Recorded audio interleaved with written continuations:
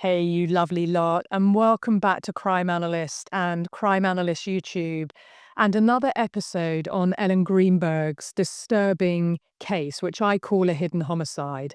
And no, I'm not done with Ellen's case just yet. There are so many layers to it, and I think it's really important to unravel them all. So this week I'm talking with Dr. D'Michelle DuPre, who is a retired forensic pathologist. And you may have seen her in the Hulu docuseries Death in Apartment 603, What Happened to Ellen Greenberg. I thought she said some really interesting things, and I really wanted to talk with her more about the autopsy and the medical evidence in Ellen's case. And in particular, given that Dr. Osborne's report was so problematic, and we've just had the 32-page report from Dr. Lindsay Simon, who reaffirmed the suicide ruling, I think it's really important that I turn my attention with you to the medical evidence and to the autopsy. And look, autopsies and medical evidence, well, they're often about cold, hard facts, data. But there's a lot, just like crime scene investigations, there's a lot, and behavioral analysis, there's a lot that's subject to interpretation. And interpretation, well, once we get into that mode, that's where experience is so important. And Dr. D'Michelle DuPre has experience in spades. She's not just a retired forensic pathologist, she's also a former law enforcement detective, and she's specialized in child abuse and domestic abuse related cases. Now, for me, that is just so important when unraveling and forensically deconstructing a case like Ellen Greenberg's. We see things that other people do not and ask questions that other people don't ask. And for me, it's not just about the injuries. They are important, the stab wounds, and we talk about them. It's also about other things found on Ellen's body, like the many, many bruises, abrasions, and contusions that just weren't documented by Dr. Osborne. And with each bruise, with each contusion or abrasion, there should be an explanation as to how they appeared on Ellen's body. What happened? And that's what I get into with Dr. D'Michelle DuPre. So I don't want to give too much more away because I want you to see this really important interview for yourselves. But I do just want to say thank you. Thank you to all of you for being here, for using your precious time to watch my videos. Thank you for your supportive comments. Please post them below. I try and reply to each and every one of you, and it does really make a difference. It makes a difference in terms of elevating and amplifying this video. And the more comments, the more it gets elevated. And I try and answer where you have questions. I try and answer those questions. And also, if you want to super thank me, I won't fight you, but I will thank you very much. So to all of those who've already super thanked me, it really does make my day. Every little bit helps. And I just want to say that you're the best. So thank you for being here. And with all that having been said, let's dive into this illuminating interview with Dr. D'Michelle DuPre. Welcome back to Crime Analyst in the Intelligence Cell. And today I'm joined by a very special guest. Please introduce yourself. Hi, I'm Dr. D'Michelle DuPre. I'm a retired forensic pathologist and former medical examiner, as well as a retired law enforcement officer, police detective. Well, thank you so much, Dr. DuPre, for joining me. I've really wanted to talk to you about Ellen Greenberg's case because I've heard you state some really interesting points that really chimed with a lot of what I was saying about Ellen Greenberg's case. And it's so interesting to hear that you were former law enforcement. You said that you were a detective. What sort of cases did you get involved with when you were in law enforcement?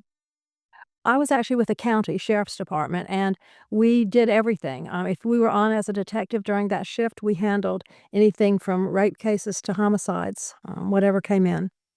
So you're experienced in terms of homicides from the other side of the fence, if you will, in terms of law enforcement and also domestic abuse and child abuse cases? Absolutely. As a matter of fact, I taught or did some training for law enforcement, teachers, doctors, nurses for the Children's Law Center here in South Carolina. Well, that probably explains a lot to me and maybe to my listeners as they hear you talk, just about how you see things slightly differently when you either review a case or you're involved as a forensic pathologist, because that skill set for me is so important. It means that we understand bruising, that we question it, that it's not just about grouping, say, 31 bruises. It's that you have to be very specific about where they are, what size they are, also stages of healing and resolution. And often with domestic abuse and child abuse cases, we see lots of bruising in odd places in victims. Is that your experience as well? Absolutely, Lauren, and the fact is that when you have an accidental bruise, and we all do that, we bump our knee on the table or something, it's usually the bony prominences that stick out, that get bruised the most. Whenever we see bruises on a child or an adult in some place that is odd, some soft tissue area, the inside of the thighs, the inside of the wrist, that is not from an accidental bruising. Yes, and I've seen that many, many times, and that's why it's so dangerous, isn't it, to group bruises as if it doesn't matter where they are, where that location is. So we're going to talk specifically about the bruises. I know that you have seen a lot of the documents in Ellen Greenberg's case, and you were also involved with the docu-series Death in Apartment 603, What Happened to Ellen Greenberg. And I have to say you were exceptional on it, of really Thank you. helping people understand what you saw and what was atypical. So let's start with Dr. Osborne's autopsy. What stood out to you, first of all, having read and reviewed Dr. Osborne's original autopsy, where he opined that it was a homicide, and he documented 20 stab wounds. And now, of course, we know Dr. Lindsay Simon's report, 32 pages long. She opines that there were 23 stab wounds. I mean, firstly, a question about that. How is it possible that 3 stab wounds were missed in the first autopsy? That's very odd. We are trained as forensic pathologists. We document every single wound. And you were talking about the bruises. That includes those. We don't lump them into, a conglomerate because every one is important. And we want to define those and measure them and describe them. And so to miss 3 stab wounds, that is very significant.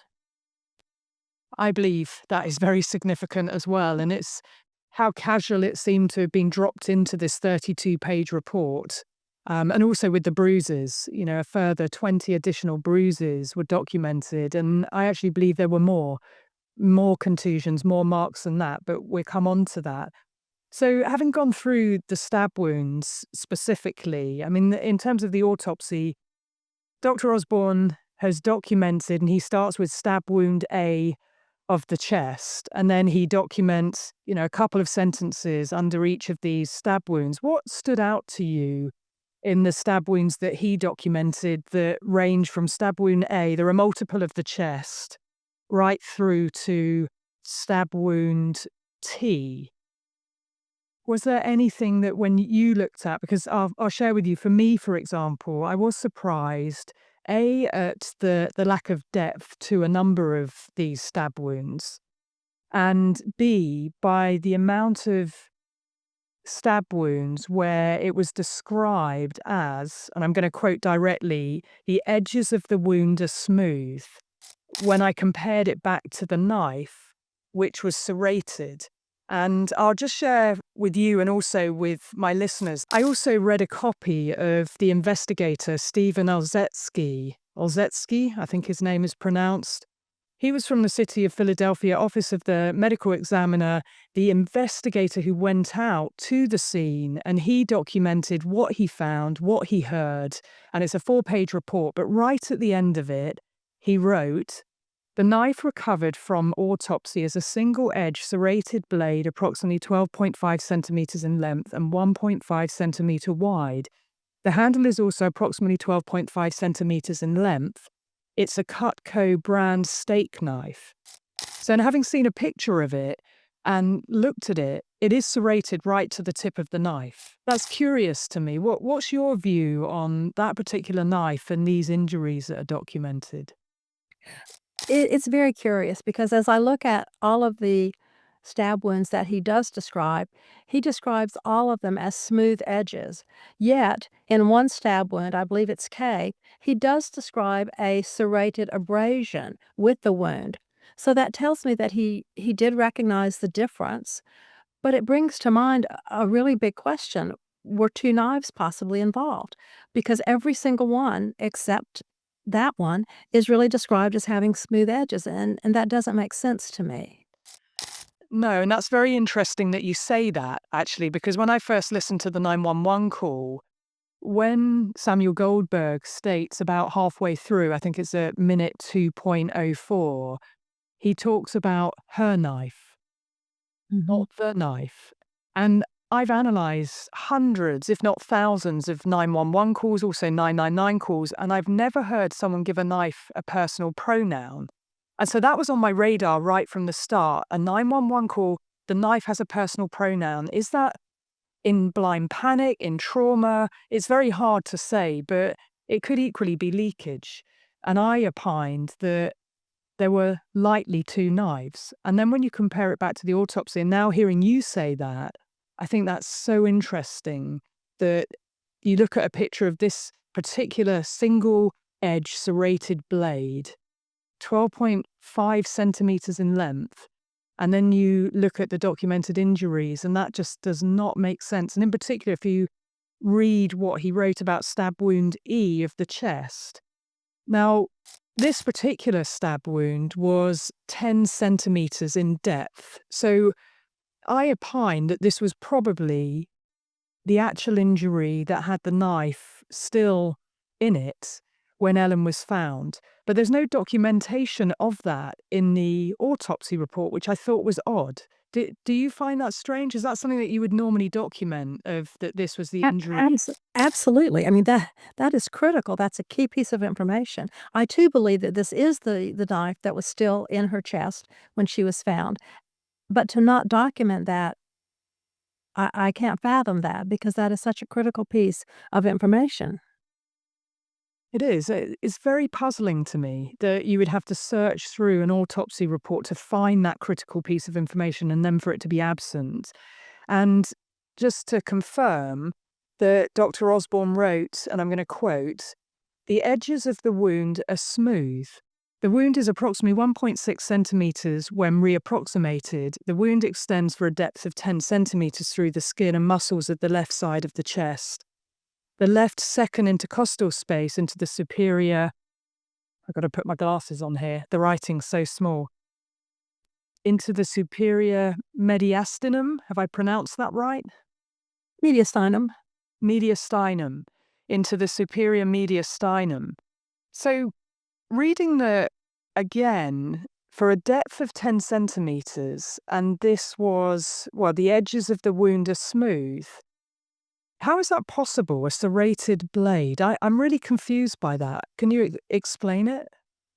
I wish that I could. It's very confusing. It obviously, the edges of the wound should not be smooth because this is a serrated knife, and it was in almost the entire depth of the blade. If it was 10 centimeters and the blade was around 12 and a half or so, um, I don't see I don't see how you could describe that as being smooth. It's really bizarre, I have to say. I've not seen an autopsy like this before, of so many inconsistencies or things that just don't make sense. I mean, Dr. Lindsay Simon's report, she does state on page 5 that stab wound E, perforations of the aortic arch and the left lung, depth of penetration 10 centimeters, serrated knife recovered from the wound. Yeah, So that's the first time we see that it is that particular wound that the knife was recovered from. you're right. And then she, of course, opines that there were 3 additional stab wounds. And when I look at page 6, which is where she documents those extra 3, and I assume that you read Dr. Lindsay Simon's report and went through line by line. I did. I have many questions. Yes.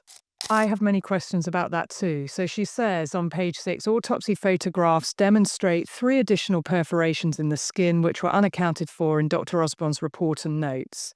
Specifically, there is one small vertically oriented perforation in the skin of the posterior right neck, one small obliquely oriented perforation in the skin on the right side of the neck, and one small horizontally oriented perforation in the skin of the upper chest. All these perforations have photographically documented soft tissue hemorrhage and are 3/16 in length when compared with scales in the photographs. It is the opinion of the undersigned that these omitted injuries did not result in significant internal injury. What do you make of those particular injuries that are documented? Is there anything more that you can opine from those additional stab wounds? I I actually think that this may be something that was inflicted, on Ellen, something that we might call a forensic countermeasure, something to make it look like, because they were somewhat shallow, they might have been made to look like they were hesitation marks or hesitation wounds. Yes, and can you explain just for my listeners what hesitation wounds are or hesitation marks? It comes up in quite a lot of cases, so it'd be great to hear that from you. Sure. Usually, when someone is about to commit suicide or trying to commit suicide, they will make more than one attempt. Usually, the first attempt is somewhat deep if it's a sharp force instrument, but that hurts. And so the succeeding injuries to themselves are much more shallow. They hesitate because it hurts. And then if they do complete the task, of course, then they do finally make a wound that is significant. And in terms of pain level, even with hesitation marks, are we talking, I know with a paper cut, for example, it's pretty painful, right? Yeah. What level of pain do you think you'd get from, hesitation marks or any of these, what she calls, I say she, Dr. Lindsay Simon calls hesitation marks or wounds that are quite shallow? There's no real depth to them. Would that be painful? Absolutely, as you said, even a paper cut is painful. Any sharp force injury to basically any part of the body is very painful. So again, I mean, knowing that there were pills in Ellen's apartment, she had been prescribed pills and there were pills on the side and in the bedside table, it just seems like a very odd choice if we follow the line of she decided to end her life in this way when we think about victimology. And victimology is something that's important to you in your work, isn't it? Absolutely, and, that is something that I really think has been overlooked, because I think that if we look at everything, sort of the totality of circumstances, if you will, about Ellen, she did not have suicidal ideation. She was planning a wedding. Everyone said that she was excited and happy about that. She had a reservation at a restaurant with a friend in another night or two. She was looking forward to things. That is not someone who is suicidal. And I don't interpret these as hesitation wounds. Again, I have a different analysis of that. And I just don't see her being suicidal. She was stressed. There's no question about that. Her colleagues, everyone said that she was, but not to the point of being suicidal, not in my opinion. That's an interesting point. I mean, victimology is absolutely critical in my work to understand everything about lifestyle regarding the victim. And what's also interesting when we compare it with what the investigators report, this is Stephen Ozetsky's report, the investigator who attended the scene, he said that he had spoken with Dr. Berman, who was Ellen's new psychiatrist. And what struck me was in that particular report on page 3, he wrote that Ellen, and I'm just going to quote directly, when notified of the death, Dr. Berman was upset. She states that the decedent was a new patient of hers, only seeing her 3 times. She was scheduled for an appointment on the 27th of January. So that was the next day she was due Yeah. to see her psychiatrist.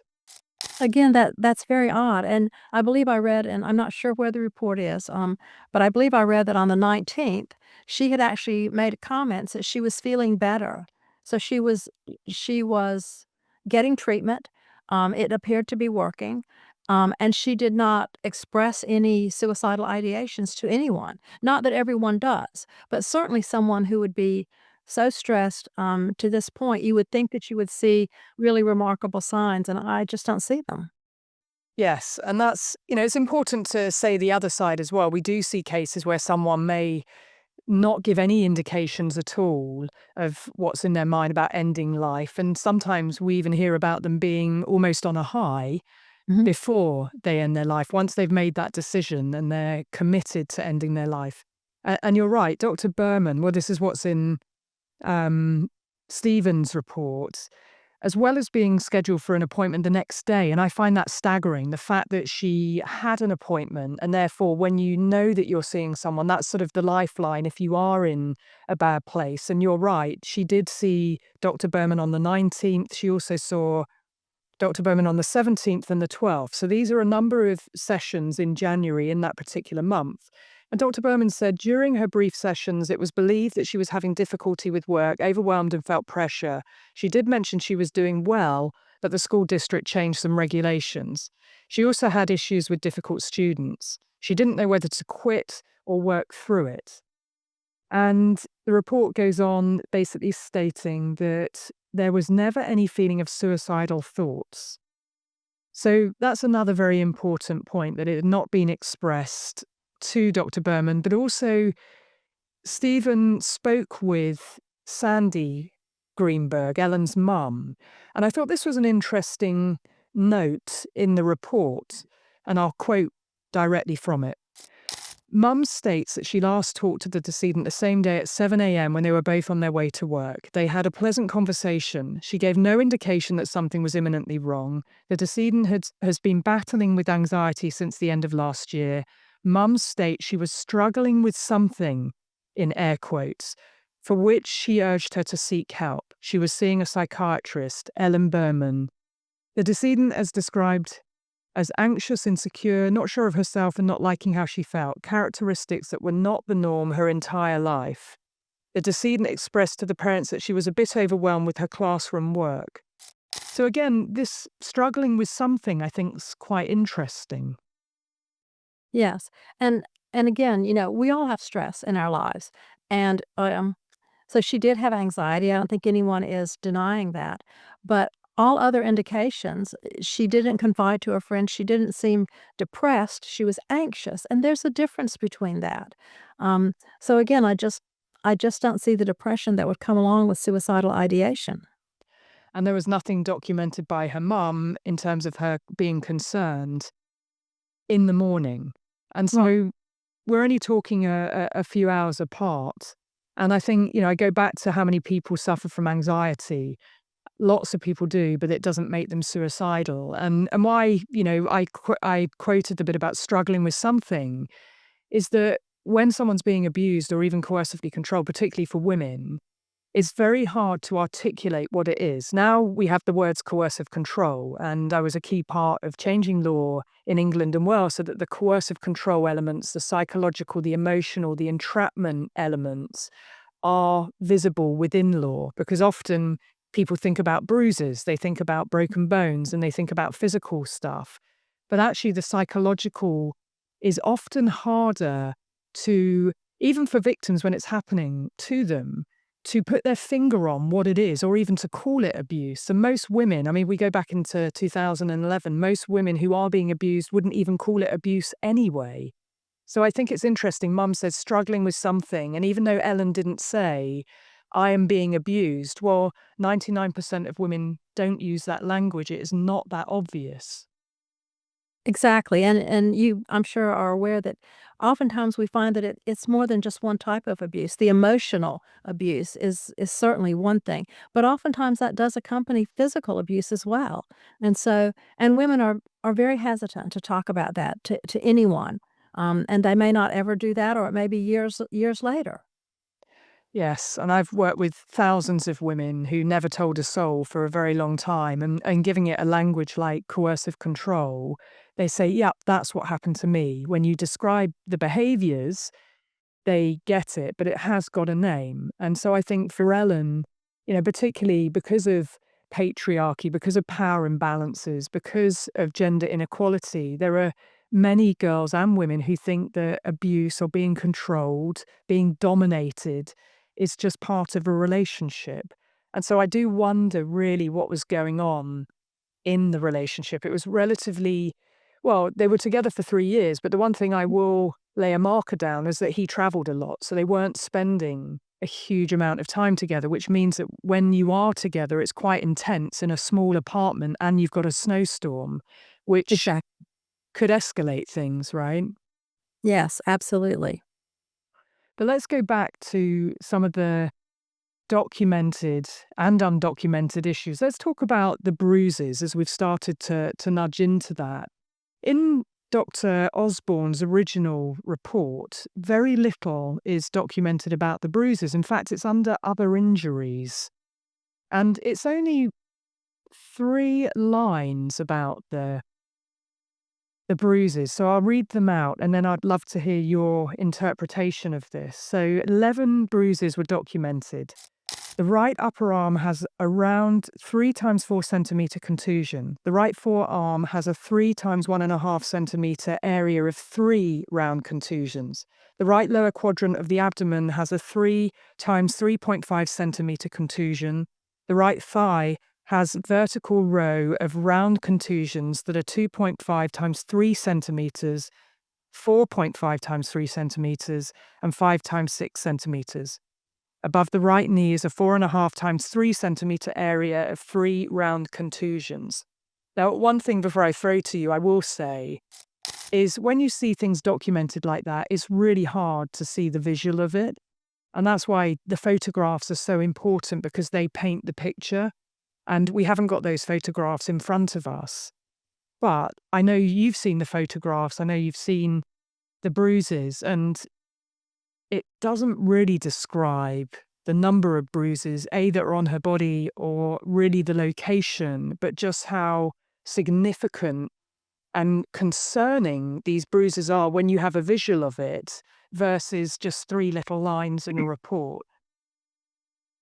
Exactly, and, you know, people who abuse other people, they know where to hit them or where to hold them, so that it doesn't make marks or doesn't show as easily, and a bruise in the abdominal area, that's very easy to cover up. It's very difficult to get that accidentally, and almost all of these are described as round. Round bruises are often from fingertip marks, fingertip points, as are the ones that I don't believe he even describes on the neck, which are faint bruises on her neck, that Dr. Simon does actually point out, but somewhat disregards. And, there is this thing called non-fatal strangulation, and it is very, very much a real thing. It's non-fatal because the person doesn't die, but they can pass out, they can be incapacitated, and there is documentation that there was hemorrhage in her neck muscles, and the hemorrhage within the tissue is not something that comes from the autopsy. That is something that was there before. I used to tell my students that a bruise is when blood is squished out of places into places it shouldn't be, and that's what happened here in her neck. Yes, we're going to talk about non-fatal strangulation, and strangulation is a huge area, isn't it? That most people know very little about. And in your work, it's a very important area to know about it. And often medical examiners aren't always trained specifically on the indicators and markers of strangulation. And also, I mean, I know through my work that even if somebody has been strangled or asphyxiated, more often than not, there aren't physical signs. And that's something that we have to think about. So conversely, when there are physical signs, that makes it all the more significant. So to overlook it, ignore it, dismiss it, I mean, for me, that's egregious when there are multiple marks on Ellen's neck, but also internally. So we're going to come back to that. I want to just pick up your point of fingertips, Okay. because I think it's a very important one, particularly when talking about going back to what Dr. Osborne documented. The right forearm has a 3 times 1.5 centimeter area of 3 round contusions. 3 round, and on the forearm. It's a very natural way to grab someone, right? Where when you press down, it does tend to be your 3 longer fingers of pressing down. And I've actually seen those marks. And my first impression, and look, I'm not a medical examiner, I'm not skilled like you are, but I have worked many, many cases. But my initial impression was fingertips. And Absolutely. to ignore And that. and that is the way that we actually describe them in autopsy reports, consistent with, fingertip bruising.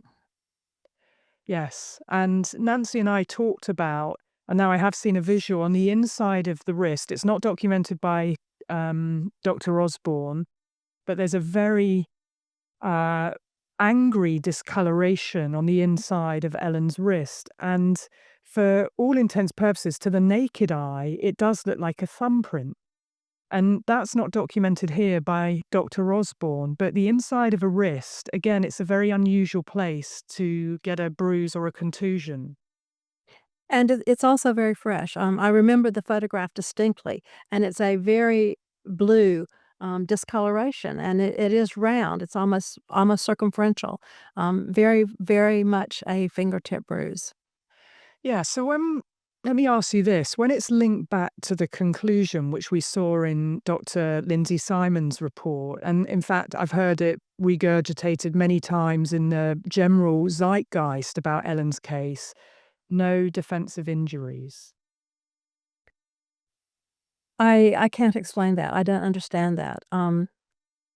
I think that the 3 fingertip bruises and the bruise on the inside of her wrist was at least some constraint or restraint. Um, and then there are others. There are others in the other places, in the, on the thighs and the abdomen and places that are not normal, that would be accidental bruising. So I'm at a loss to explain why that statement was made. Yes, I can't square that together because I've worked many cases where women have been restrained just by physical force of a man, just by his hands and his arms. And when we think about Ellen, she was 5'7". This is in the autopsy report, 136 pounds. And she was relatively slight. And Yeah. it's not talking about someone's lack of strength or power, but if we are overpowered by a man and our arms are physically restrained, it is very, and particularly in a surprise attack, it is Mhm. very hard to fight back. But we have to remember with Ellen's case, what's also documented by Stephen Elswecki, who was the investigator, he said that the knife block was turned over. And so, again, when talking about, oh, there's no signs of a disturbance, no sign of a struggle, well, we've got impressions of restraint, I'll call it Yes. that, an impression of restraint, but also of a knife block being turned over and things in disarray on the counter. And that to me talks to a form of struggle. And it's not a bar brawl, but there's something that's gone on in that apartment in that very confined space. And you've been in there, haven't you? You went into the apartment. What was your impression just of that physical area and just, in your mind's eye, playing out what you believe happened? Do you believe It that is she was restrained and that likely is what happened in terms of those I particular impressions on her body? I do actually. It as you said, it is a very small space, um, and when you look at the knife block on the counter, it was turned over on its side.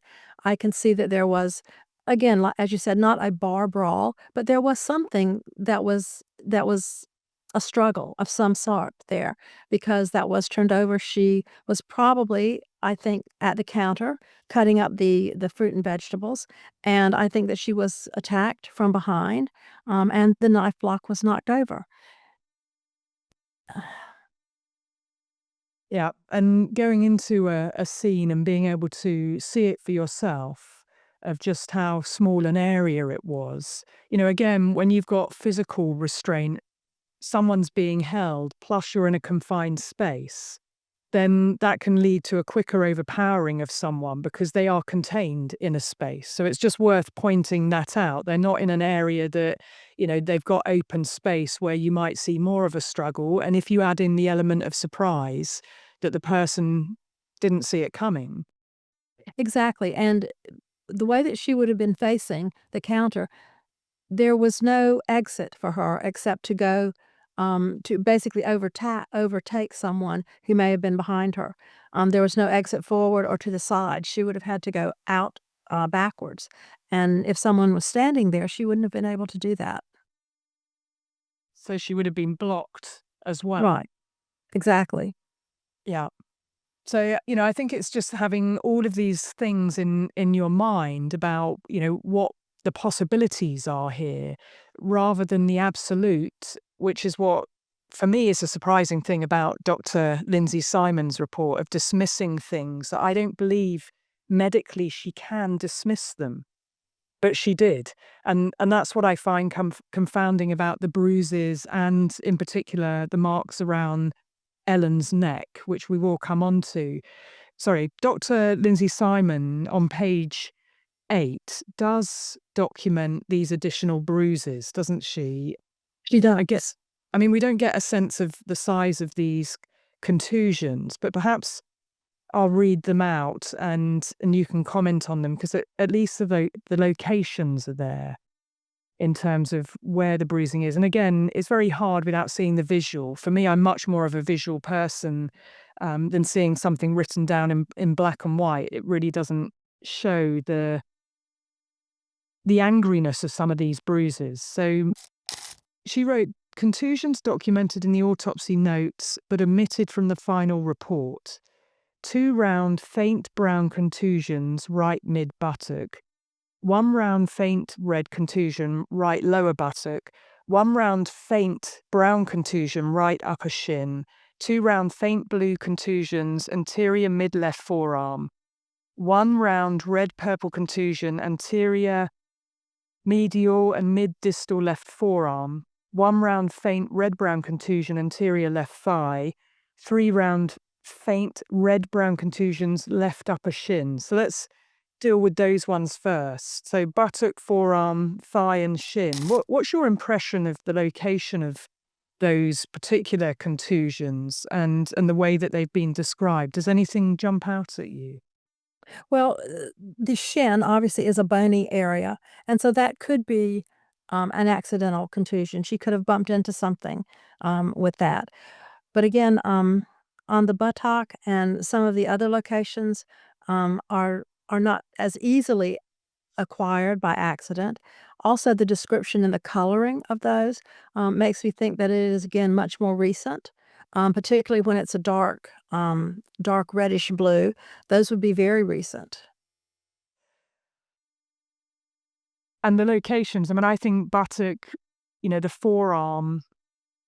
I mean, the forearm's an odd place to get bruises. I'm just trying to think, across my life course, whether I had bruising on my forearm and also the upper thighs, which she does document, and Dr. Osborne did, but they were actually very large bruises on both thighs and on her hip. What do you Yeah. think about those particular areas and locations? Hey, lovely. I'm jumping in here to wrap part 1 of my fascinating and illuminating interview with Dr. D'Michelle DuPre. What jumped out at you the most in that conversation? For me, there were so many things. And look, with a lot of content creators, they've talked about the injuries, the 23 stab wounds on Ellen's body. So there were 10 to the back of her head and her neck, and I've talked about those. And when we think about being stabbed in the back or even in the back of the neck, someone stabbing you in the back, even if we take that phrase, it's not the person doing it to themselves. So I think when we break things down to the most rudimentary point, things become much clearer. But it's also very important that we have to talk about the bruises, all the other contusions, bruises, and abrasions on Ellen's body, because there were so many of them. It's actually quite shocking to see. And it's important that each one of those abrasions and contusions and bruises are documented specifically in terms of the location, the discoloration, the size, but importantly, an explanation should be given as to how she got those bruises and those marks on her body. And that's where the interpretation is just so important. And in part 2, Dr. D'Michelle DuPre shares the types of cases where she's seen these sorts of marks on somebody's body. And it's dark.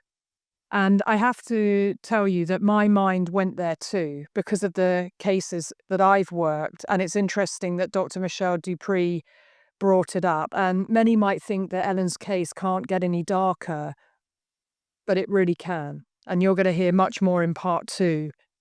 That's why it's so important to talk about Ellen's case and to keep amplifying it. You know, so often with coercive control victims, those who've been victimized by a coercive controller, they lose their voice. They lose their agency, their autonomy, their self-esteem.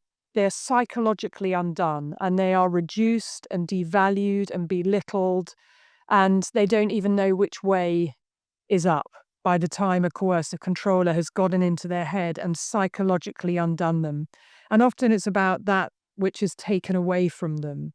And it's so important that we don't allow victims to become footnotes in their own murders. And I won't allow that with Ellen Greenberg. And I know you feel the same too. And that's why you're here. And I thank you for that, because we must not let that happen. Also, to say that I am running domestic abuse, stalking and harassment and honor-based violence risk identification, assessment and management model university accredited training on November the 12th and 13th. So there's still time to book onto that. And I'm running the stalking masterclass on December the 4th, which you can book onto. And the coercive control class is on December the 10th and 11th. It's across 2 days, it's virtual, and I talk about the victimology, the psychological undoing. How did she get there? I talk about the nuanced behaviors, this insidious drip, drip, drip. And I talk about the psychology of the abusers. Why do they do what they do, and how do we stop them? And I talk about risk and femicide, the worst cases that escalate to femicide. But the psychological damage and the emotional damage that's done, it's invisible to the rest of the world. But I've studied it and analyzed it, and I've worked with so many victims and survivors. And of course, my work is about giving the voice to the voiceless and hoping and working with people to get them out alive. That's the goal. So please do share my training with others. Do book onto it. Do share my videos. There's also much more on the Crime Analyst podcast and in the Crime Analyst squad, which is over on Patreon. Patreon.com/crime analyst. There are many survivors in there. There are many professionals as well. And it really is a safe space. And I share so much more there. And you can be a part of an incredible, empowering community.